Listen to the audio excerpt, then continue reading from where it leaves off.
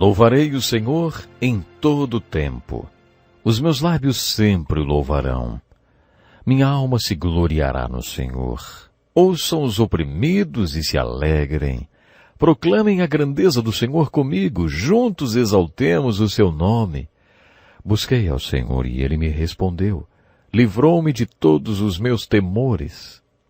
Este pobre homem clamou e o Senhor o ouviu e o libertou de todas as suas tribulações. Provem e vejam como o Senhor é bom. Como é feliz o homem que nele se refugia. Venham, meus filhos, ouçam-me, e eu lhes ensinarei o temor do Senhor. Quem de vocês quer amar a vida e deseja ver dias felizes? Os olhos do Senhor voltam-se para os justos. O rosto do Senhor volta-se contra os que praticam o mal. O Senhor está perto dos que têm o coração quebrantado e salva os de espírito abatido. Estamos começando mais um encontro com a palavra. Como é bom começar um programa com o melhor livro do mundo, hein? A Bíblia. Esses são alguns dos versículos do Salmo 34. Em nosso estudo do livro de Salmos, já vimos que há diferentes tipos de salmos no inspirado inário.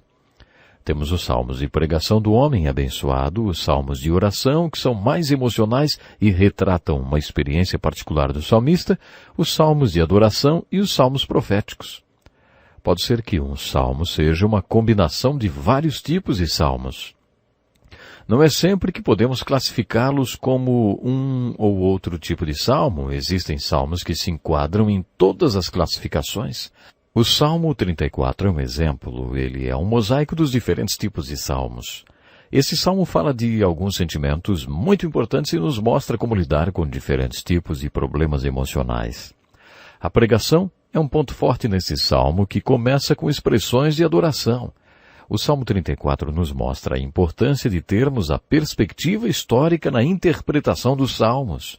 No início do salmo há uma breve observação de Davi, quando ele se fingiu de louco diante de Abimeleque, que o expulsou e ele partiu.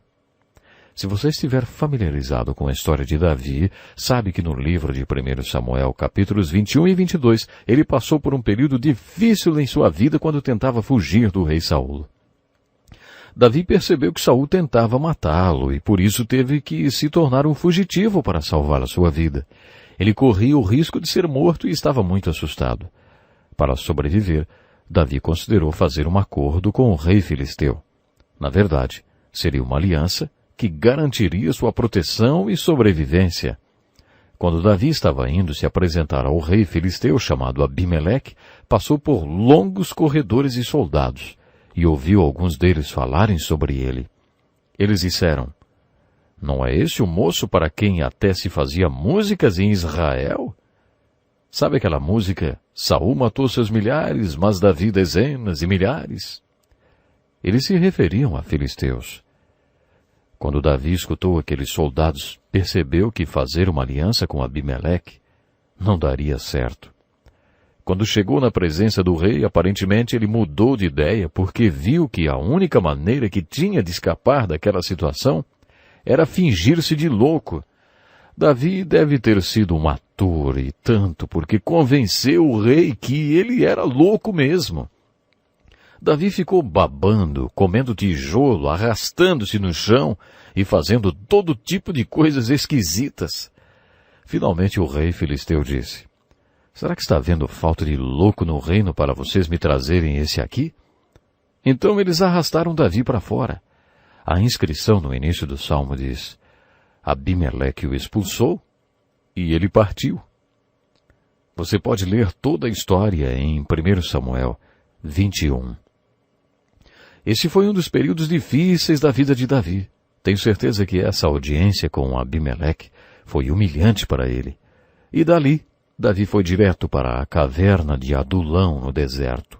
De acordo com a Bíblia, enquanto ele estava escondido no deserto como um animal, todos aqueles que estavam insatisfeitos, que eram rejeitados ou estavam em débito com o reino, se juntaram a ele. Aos olhos dos homens, Davi e seus seguidores eram todos fracassados. O Salmo 34 resume a pregação de Davi que transformou aqueles fugitivos e fracassados nos homens valentes de Davi, como ficaram conhecidos depois. Mais tarde, quando Absalão instituiu a revolução e voltou toda a nação contra Davi, foram os homens valentes de Davi que derrotaram todos aqueles que lutaram contra ele. Davi tinha centenas de homens valentes. Em Crônicas lemos sobre o Batalhão dos 30, e um deles era Benaia, que em um dia de neve entrou em uma cova e matou um leão. É preciso muita coragem para fazer isso, não? Era esse tipo de homem que formava o exército de Davi. Onde Davi encontrou esses homens valentes? Eles sempre foram valentes desse jeito? Como se tornaram valentes? O Salmo 34 responde a essas perguntas. Todos esses homens tinham sido considerados derrotados e fracassados. De acordo com esse salmo, Davi fez uma pergunta a eles. Quem de vocês quer amar a vida e deseja ver dias felizes? O apóstolo Paulo conta que há 3 coisas importantes na vida: fé, esperança e amor. A esperança é importante porque leva à fé. Se você tem convicção que há algo bom nesse mundo, mas não pode provar, você tem esperança. Quando sua convicção está baseada em fatos, quando você tem razões para acreditar que alguma coisa boa vai acontecer para você, então você tem fé. A esperança é importante porque leva à fé. A fé está baseada na razão para crer. Crer que alguma coisa boa vai acontecer. Isso é fé. Paulo diz que a 3ª coisa mais importante no mundo é o amor. Seguindo a lógica de Paulo, a esperança é importante porque leva à fé. A fé é importante porque leva a Deus. E você não pode se achegar a Deus sem fé.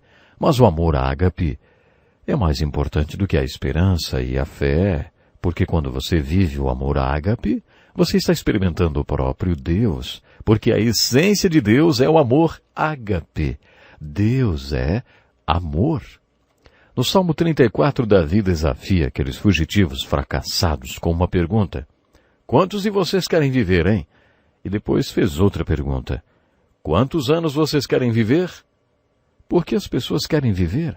Será que é porque querem ver dias felizes nas suas vidas? Será que é porque em seus corações têm a convicção de que alguma coisa boa vai acontecer para elas? Davi continuou a falar para aqueles fracassados e fugitivos assim. Provem e vejam como o Senhor é bom. É por isso que Deus coloca esperança em nossos corações. O Senhor quer que um dia você descubra que Ele é o bem que você está esperando. Ele é o bem que você está esperando que aconteça em sua vida. Depois de ter dito isto, Davi conta sua própria história com Deus. Parafraseando resumidamente o que Davi disse, ficaria assim. Ouçam, esse pobre aqui clamou e o Senhor o ouviu. Eu estava morrendo de medo. Provavelmente ele estava falando daquela experiência com Abimeleque e o rei filisteu. O Senhor me livrou de todos os meus temores. Agora provem e vejam que o Senhor é bom. Eu descobri que o Senhor colocou essa esperança em meu coração porque Ele queria que um dia eu tivesse a fé que me levaria para junto dEle e me mostraria que aqueles que confiam nele são verdadeiramente abençoados. Deus é o bem que todos esperam e eu gostaria de desafiar vocês a aprenderem o que eu aprendi. Provem e vejam que o Senhor é o bem que vocês estão procurando e vocês serão abençoados junto com aqueles que confiam nele. A seguir, Davi lançou um desafio que se tornou a aliança entre ele e aqueles homens valentes. Proclamem a grandeza do Senhor comigo, juntos exaltemos o seu nome. Essa foi a aliança que tornou aqueles fugitivos e fracassados nos homens valentes de Davi. Nos livros da lei, no livro de Juízes e em todos os livros históricos, vimos que Deus tem prazer em fazer coisas extraordinárias através de pessoas comuns. Quando conhecemos os homens de Davi, eles não eram valentes. Eram pessoas comuns que tinham conhecido a Deus. Esses homens fracassados e fugitivos tornaram-se homens valentes de Deus depois da pregação de Davi. Sempre ouvimos referências a Gideão que disse, meu clã é o menos importante de Manassés, e eu sou o menor da minha família. Sabe, Deus é especialista em chamar os Joões ninguém, vamos dizer assim. Se ele fizer que os Joões ninguém confiem nele e digam, Deus, eu não sou, mas o Senhor é. Eu não posso, mas o Senhor pode. Não é o que eu quero, mas o que o Senhor quer. Então Deus poderá usá-los. Essa foi a aliança que Davi fez com seus homens valentes. Eles eram fugitivos e fracassados quando Davi fez a aliança com eles. Eles estavam insatisfeitos, desamparados e em débito. Mas Davi passou para eles um segredo espiritual que ele próprio tinha descoberto. Depois, Davi lhes diz: proclamem a grandeza do Senhor comigo, juntos exaltemos o seu nome. A Bíblia diz: Deus pode fazer isso. Há mais um tipo de salmo que eu gostaria de estudar com você nessa etapa final do estudo do livro de Salmos, os salmos proféticos. Davi é considerado um profeta nas Escrituras porque o texto que Pedro usou no dia de Pentecostes foi o Salmo 16. As divisas caíram para mim em lugares agradáveis. Tenho uma bela herança. Bendirei ao Senhor porque me aconselha. Sempre tenho o Senhor diante de mim. Com ele à minha direita não serei abalado. Por isso meu coração se alegra e no meu íntimo exulto. Até aqui o que vemos é apenas um lindo salmo, mas ele se torna profético quando Davi diz: mesmo o meu corpo repousará tranquilo, porque tu não me abandonarás no sepulcro, nem permitirás que o teu santo sofra decomposição. Nesse ponto, Davi não está falando de si mesmo. Pedro destaca isso no dia de Pentecostes. Quando Pedro pregou sobre o Salmo 16, naquele dia, ele disse: irmãos, posso dizer-lhes com franqueza que o patriarca Davi morreu e foi sepultado, e o seu túmulo está entre nós até o dia de hoje. Se hoje você for à Terra Santa, poderá visitar o sepulcro de Davi. Até hoje a tumba de Davi está lá. Davi morreu e seu corpo se decompôs. Por isso Pedro assinala que Davi não falava de si mesmo, mas ele era profeta e falou da ressurreição do Cristo. Quando Jesus ressurgiu da morte, ele cumpriu a profecia do Salmo 16. Esse cumprimento da profecia torna o Salmo 16 um salmo profético. O Salmo 2 também é um salmo profético. Por que se amotinam as nações e os povos tramam em vão? Os reis da terra tomam posição e os governantes conspiram unidos contra o Senhor e contra o seu ungido, referindo-se ao Messias, e dizem: façamos em pedaços as suas correntes, lancemos em nós as suas algemas. Do seu trono nos céus, o Senhor põe-se a rir e caçoa deles. A seguir descreve a vinda do Senhor. Tu as quebrarás com varas de ferro e as despedaçarás como a um vaso de barro. Quando Jesus veio pela primeira vez, eles puxaram sua barba, bateram nele, colocaram uma coroa de espinhos em sua cabeça, cuspiram nele e o crucificaram. Esse texto nos diz que da próxima vez não será desse jeito. Imagine todos os povos pagãos da terra e depois imagine um vaso de porcelana chinesa. Agora imagine uma barra de ferro batendo nesse vaso e deixando-o em pedaços. De acordo com o Salmo 2, é isso que Jesus fará com as nações pagãs da próxima vez que vier. Ele não fez isso na sua primeira vinda. Os apóstolos perguntavam sempre a Jesus: quando o Senhor vai tirar Roma do poder? Quando vai parar com todo esse absurdo? Os apóstolos conheciam o Salmo 2, e não entendiam por que Jesus não deixava Roma em pedaços. Eles não sabiam das duas vindas de Jesus. Esse salmo está prevendo o que Pedro chamou de o dia do Senhor. Muitos profetas se referem ao dia do Senhor. Se você estudar um pouco do futuro da Bíblia, saberá que a segunda vinda de Jesus Cristo é feita de uma série de eventos durante um período de tempo. Há muita discussão a respeito dos dados cronológicos desses eventos, mas a segunda vinda de Cristo será uma série de eventos que acontecerão a seus tempos. Um desses eventos é o chamado o Dia do Senhor.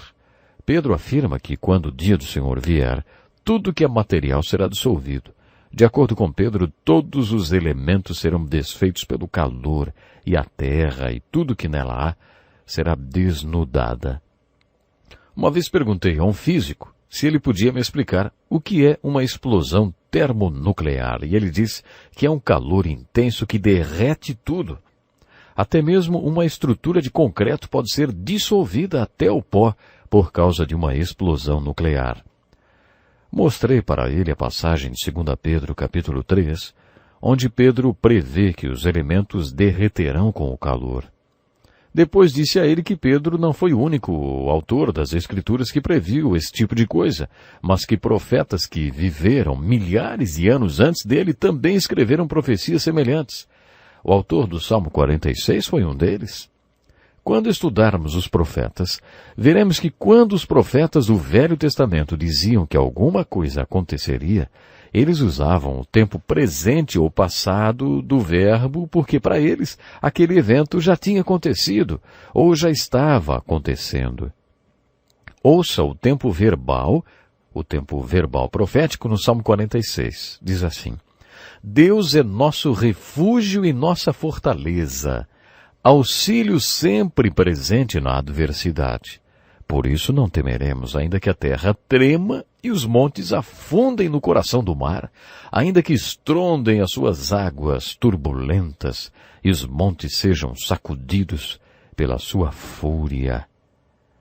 Há um rio cujos canais alegram a cidade de Deus, o santo lugar onde habita o Altíssimo. Deus nela está, não será abalada. Deus vem em seu auxílio desde o romper da manhã. Nações se agitam, reinos se abalam. Ele ergue a sua voz e a terra se derrete. O Senhor dos Exércitos está conosco. O Deus de Jacó é a nossa torre segura. Venham, vejam as obras do Senhor, seus feitos estarrecedores na terra. Ele dá fim às guerras até os confins da terra. Quebra o arco e despedaça a lança. Destrói os escudos com fogo. Parem de lutar. Saibam que eu sou Deus. Serei exaltado entre as nações. Serei exaltado na terra. E aí mais uma pausa, para que todos pudessem meditar no Salmo. A Bíblia não diz que a terra suportará o que está acontecendo para sempre, pelo contrário. O teólogo Moody, baseado em textos bíblicos, como o Salmo 46 disse, o mundo é um navio que está afundando e nossa tarefa não é salvar o navio, nem consertá-lo. Nosso trabalho é salvar o maior número de pessoas possível antes que o navio afunde, porque, meu irmão, ele vai afundar. Assim dizia Moody. É assim que devemos interpretar e aplicar o Salmo profético, ou os Salmos proféticos, como o 46. A Bíblia fala constantemente sobre o dia do Senhor. O dia do Senhor configura um cataclismo no qual tudo vai se queimar. Pedro afirma em 2 Pedro capítulo 3 que tudo vai se queimar e lança um desafio. Visto que tudo será desfeito, que tipo de pessoas é necessário que vocês sejam? Será que devemos ser dados às coisas materiais ou devemos estar desenvolvendo o nosso homem interior, que não perece, que é eterno, e as coisas espirituais que não podem ser abaladas nem destruídas? O autor do Salmo 46 começa a compartilhar as suas profecias como Pedro concluiu seus pensamentos proféticos, prevendo um cataclismo devastador na terra. De acordo com o Salmo 46, essas são as más notícias. As boas notícias são: Deus é nosso refúgio e a nossa fortaleza, auxílio sempre presente na adversidade. A seguir, o salmista usa uma linda metáfora para nos falar mais sobre essas boas novas. Há um rio cujas correntes, ou cujos canais, alegram a cidade de Deus, o santo lugar onde habita o Altíssimo. Deus está nela, não será abalada. Deus vem em seu auxílio desde o romper da manhã. O que significa esse rio? O rio é o povo de Deus correndo pelo mundo em direção à cidade de Deus, que é o céu. O povo de Deus, portanto, é parte permanente do que é eterno. É por isso que devemos valorizar o povo de Deus e nos sacrificar para que a verdadeira igreja de Jesus Cristo seja edificada. Jesus disse: sobre esta pedra edificarei a minha igreja, e as portas do inferno não poderão vencê-la, jamais. O que é essa igreja que está sendo edificada por Cristo? No Salmo 46, a igreja é aquele rio que corre pelo mundo em direção à presença do Deus eterno. Quando chegamos na metade do Salmo, temos uma descrição do dia do Senhor. Nações se agitam, reinos se abalam. Ele ergue a voz, e a terra se derrete. Esse relatório de destruição refere-se a um evento futuro, mas é escrito no tempo presente. É o tempo verbal profético. E no meio dessas notícias más, nós lemos: o Senhor dos exércitos está conosco. O Deus de Jacó é a nossa torre segura. Novamente temos uma visão do cataclismo, do futuro narrado no tempo presente, como se já estivesse acontecendo. Venham, vejam as obras do Senhor, seus feitos estarrecedores na terra. E no meio desse salmo profético, descrevendo o terrível dia do Senhor, encontramos esses versículos com conselhos inspiradores. Parem de lutar. Saibam que eu sou Deus. Serei exaltado entre as nações. Serei exaltado na terra. O Senhor dos exércitos está conosco. O Deus de Jacó é a nossa torre segura. Pense nisso. Você tem se aquietado o suficiente para experimentar a presença divina de Deus? A maioria de nós está ocupada demais para isso. Mas esses versículos contêm uma das maiores verdades das Escrituras. Eu sou. Você acredita que Deus é? Você sabe disso por experiência própria? Quando todo esse cataclismo acontecer, a única coisa que vai importar será: você conhece a Deus? Será que você poderá dizer: Deus é meu refúgio e minha fortaleza? Há poucas coisas eternas no mundo e por isso temos os livros poéticos. Eles são dirigidos ao homem interior. O homem exterior está sendo desgastado e será totalmente destruído um dia. O apóstolo Paulo faz uma descrição do homem interior e do exterior, dizendo o que o homem exterior é, e diz que é como uma tenda na qual você vive, como a semente que um dia será uma planta. O homem interior é a parte de você que é eterna e que viverá para sempre com Deus. Isso nos mostra algo muito importante. Mostra que temos que realmente nos apegar ao Senhor e adorá-lo na sua presença. Estamos terminando mais um programa e eu espero você no nosso próximo encontro. Até lá. Este é um estudo escrito pelo Dr. Dick Woodward, na voz do pastor Edson Bruno. Até o nosso próximo encontro com a palavra.